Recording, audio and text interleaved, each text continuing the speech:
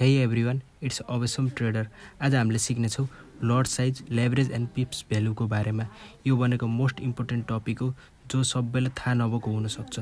धेरैलाई यो बेसिक कुरा नै थाहा नै हुँदैन। हामीले lot size, leverage and पिप्स value कसरी हामीले क्याल्कुलेट गर्न सक्छौँ अनि कसरी मार्केटमा हामीले लगाउन सक्छौँ भनेर आज हामीले त्यहीको बारेमा बुझ्नेछौँ। सो लास्टसम्म हेर्नु होला भिडियो। हजुरको यदि लट साइज 0.01 छ र लिभरेज 1:200 को छ भने हजुरलाई 0.1 पिप्स हिँड्नलाई हजुरको $5 चाहिनु पर्ने हुन्छ।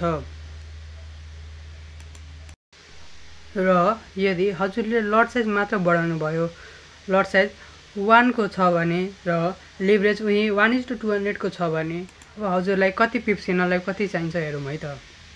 हजुरलाई 10 पिप्स हिँड्नको लागि $568 चाहिन्छ। अब लट साइज उही राखेर र लिभरेज बढाएर यानी 1:1000 को राखेर अब हजुरलाई कति पिप्स हिँड्नको लागि कति डलर चाहिन्छ त। हजुरलाई 10 पिप्स हिँड्नको लागि $113 चाहिनु पर्ने हुन्छ। र अब लट साइज उही राखेर 1 को र लिभरेज यसपालि अघि बढाएको थियो भने अहिले घटाएर 1:2 को राख्यौ भने हजुरलाई 10 पिप्स हिँड्नको लागि $56,807 चाहिनु पर्ने हुन्छ। हजुरलाई पिप्सको केही उदाहरण दिउँ है त। जस्तै यदि मानौ हामीले अहिले बुटोलमा छौँ र हामी काठमाडौँ जानु पर्यो भने त्यस बीचको दूरी मानौ यदि 1000 किलोमिटर छ अरे।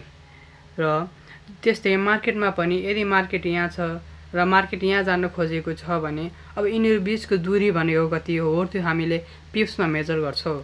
त्यो मेजर कसरी गरिन्छ त। यहाँ गएर मेजरको अप्सन छ हेर्नुहोस्। यहाँबाट हजुरले कहाँबाट गर्दै हुनुहुन्छ, यहाँबाट कहाँसम्म हो, यहाँसम्म हो। यहाँ हजुरको 55 पिप्स छ जुन 4 घण्टा 45 मिनटमा मार्केट यहाँबाट यहाँसम्म हिँडेको छ।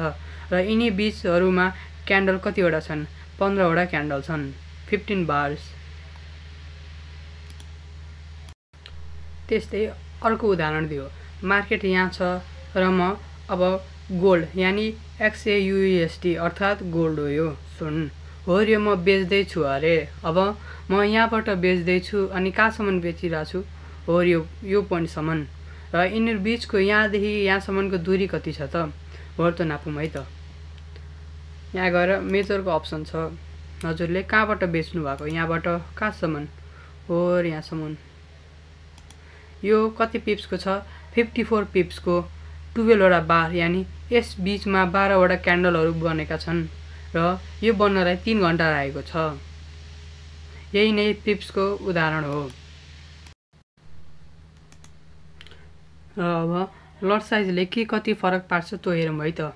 म यो केही दिन अगाडिको म यहाँबाट गोल्ड किन्छु भनेको छु, XAUUSD यानी गोल्ड। म गोल्ड यहाँबाट किन्दैछु यहाँसम्म भनेको थिएँ पहिला। र यो बीचमा मैले लट साइजले के कति फरक पार्छ त्यो देखाउँछु है त। यहाँबाट म किनिरहेको थिएँ यहाँसम्म। अब मेरो SL यत्नतिर थियो होला र टिपी यहाँ थियो अरे। यो बीचमा मैले प्रफिट कति गराएँ त, $2030 मेरो प्रफिट थियो। र यदि यहीँमा मार्केट यदि तल आइदिएको भए मेरो $356 लस हुन्थ्यो। र अब हेरौँ है त लट साइजले के कति फरक पार्छ। र यसमा यदि मैले अझै लालच गरेर मैले 1 लट साइजको यानी धेरै ठुलो लट साइजको लिएँ अरे, त्यसमा हेर्नुहोस् मेरो टिपी त हेर्नु 6767 को हुन्थ्यो अरे। र त्यसैमा यदि मेरो लस भइदिएको भए मेरो 1188 हुन्थ्यो अरे। र यदि मानु सबभन्दा कम भनेको हजुरको 0.01 लट साइज हो। त्यतिमा लिँदा के कति एसएल र टिपी हुन्छ। त्यति लिँदा म यहाँबाट यदि किनेको थिएँ भने मेरो टिपी भनेको टेक प्रफिट $67 को हुन्थ्यो र लस भनेको मेरो $11 को हुन्थ्यो अरे।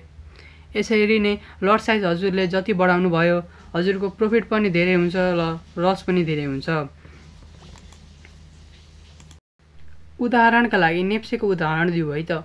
हजुरले कुनै पनि कम्पनीहरूको सुन जस्तै मानौँ सुन किन्नु भयो अरे नेप्सेमा हजुरले त्यहाँ किता किन्नुहुन्थ्यो, 1 किता 2 किता त्यस्तै किता हुन्छ, हजुरले किता किन्नुहुन्थ्यो अरे।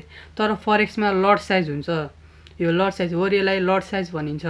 यदि हजुरले जति ठुलो लट साइज राख्नुहुन्छ त्यति नै ठुलो प्रफिट हुन्छ, र यदि हजुरको लस हुन्छ भने त्यति नै धेरै जोखिम हुन्छ र धेरै लस गर्नुहुन्छ।